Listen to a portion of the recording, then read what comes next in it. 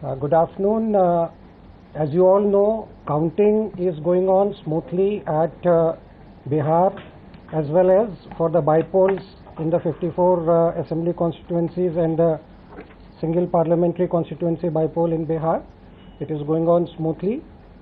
We are here to share with you the arrangements that have been made and the processes that are being followed. I'll quickly request my colleague Mr. Ashish Kundra to give a brief on that. Good afternoon. As all of you are aware that the counting in Bihar is happening and the data is captured periodically round-wise, which is entered on our ECI portal, and all of you can access that data either through the voter helpline application or through the website eci.results.gov.in. And this data is getting updated very fast, and of course I need not share the current trends with you because that is available with all of you, but needless to say that there has been absolutely glitch-free counting process so far, and from all across Bihar. So far what we have been able to gauge is that about slightly more than 1 crore votes have been counted in Bihar, which means that there is significant ground to be covered yet, and I think so far there are no issues which have come to our notice from any quarters, but if you want some specific figures, if anybody wants, we'll be happy to share with all of you, but I think I'll request Chandbhushan to give a brief on counting at Bihar. Good afternoon, friends.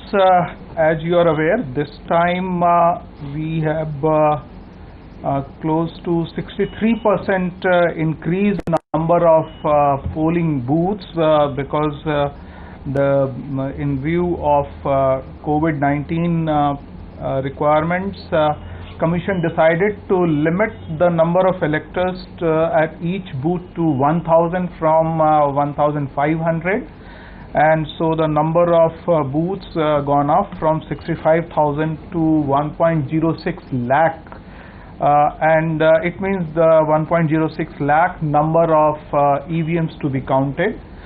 Also, you would be aware that in our broad guideline issued on 21st of August 2020, we decided to have the limit of tables in a particular hall to 7. Earlier it used to be 14 in general.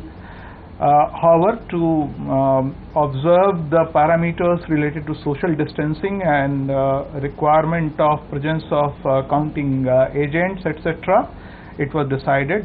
But also on ground, our election machinery, they increased the number of locations. In fact, in 2015, the counting took place at 38 locations. And this time the counting is happening at 55 locations, and also in each of the ACs, either the bigger hall has been taken or there has been the counting in more than one hall.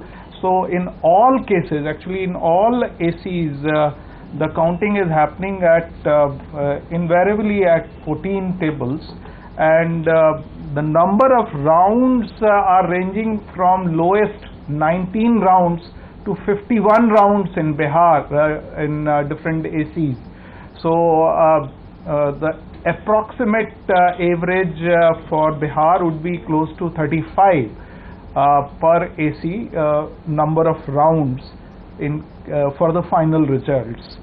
So this is the broad picture, and our counting machinery on ground is doing our work very diligently without any glitch, as already pointed out by our colleagues here, and we hope to finish the counting as per the procedure late tonight. Thank you. We have some questions from media. The first question is from Ritika Chopra of Indian Express. Can the Deputy Election Commissioner please list out the differences between a conventional counting process and the Bihar counting on account of COVID-19? I will take up this particular question. As I mentioned already that in terms of counting, Commission prescribed to you can say that decongest the particular counting hall, and it has limited the number of tables in each of the halls. So that is one change which has happened in from earlier occasion. Also, the number of locations have gone up so that the counting process goes smoothly and at more number of locations to take care of this additional need. Otherwise, all the processes related to counting or instructions related to counting are the same which used to be earlier in terms of counting of EVMs or postal ballots. Another question is, how many rounds of counting have finished by 1 p.m. and under normal circumstances, how many rounds of counting would have been finished by now? I think every AC, the round depends upon the number of polling booths which it has. So it would be very difficult to answer specifically related to these issues. Also, on an average kind of situation, it depends. When you start counting early and then when you go in the motion, then again the time variation may happen, kind of thing. So it's very difficult to put a specific number to this kind of situation. There's a question on postal ballots. How many postal ballots were received this time? And please provide a corresponding figure for the 2015 election. I can share one particular input related to postal ballot, that as per law, all postal ballots received till 8 a.m. today on the day of counting are to be taken up for counting. So it means the postal ballots received at the counting center till 8 o'clock in the morning today, it needs to be taken up for counting. So the data related to that would be available at the level of concerned returning officer at present.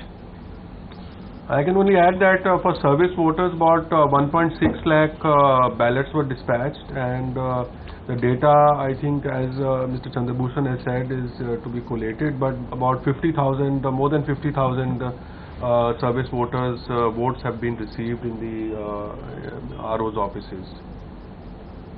We have a question in Hindi. मतगणना क्या धीमी चल रही है और कितना समय लग सकता है फाइनल रिजल्ट आने में?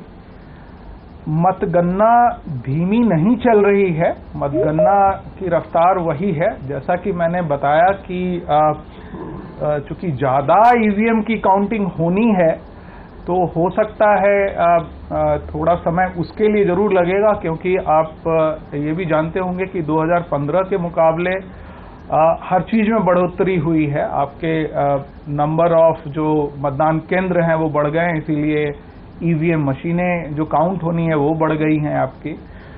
पोस्टल बैलेट में जो है उसमें भी नंबर पहले से इजाफा हुआ है। हालांकि इन सबको ध्यान में रखते हुए हमने अतिरिक्त जो केंद्र है वो भी बनाए हैं, पर फिर भी थोड़ा बहुत जो समय ज़्यादा काउंट के कारण रहेगा वो रहेगा।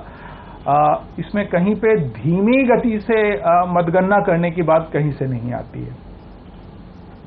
One last question from Madhav of Times Now. The question is, EVM doubters continue to raise questions about whether it can be hacked. Certain leaders raised doubts during the campaign too. What is ECI's response to these statements?